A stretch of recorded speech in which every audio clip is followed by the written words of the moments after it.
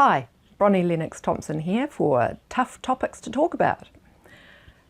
So in this brief episode I want to talk about sleep.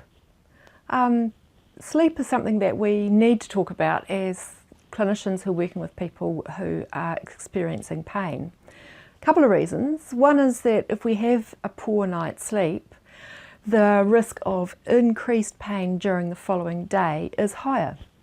This has been shown in longitudinal studies where people have been followed day after day after day, and we can see that when somebody's had a rotten night's sleep, then the next day they generally report higher levels of pain.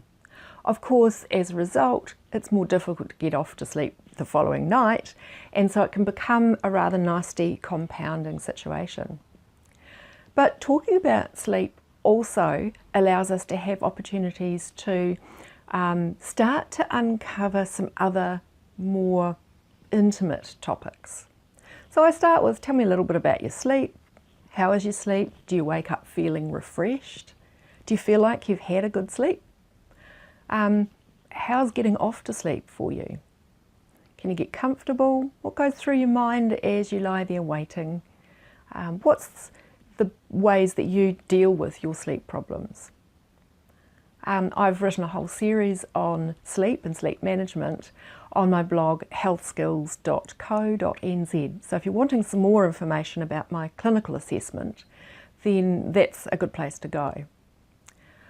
But I also use sleep as another opportunity to talk about intimacy and personal relationships. Why? Because significant others influence our sleep. And our sleep influences our relationships with significant others. So it's an opportunity to ask, and so tell me a little bit about your sleep. How's your partner feeling about your sleep at the moment? What are your worries about your partner as you try to get off to sleep? Are you still sleeping in the same bedroom? What's your intimacy like? Can you cuddle? Do you want to cuddle? What's your sexuality like? How are you managing that and your pain? So I frame this conversation in light of some practical problems with trying to get off to sleep and concerns people have that they can't, they might wake their partner if they get out of bed or if they're constantly tossing and turning. There is nothing more annoying than having your partner lying flat on their back, diagonally across the bed with the arms above their head, snoring their head off while you're trying to sleep.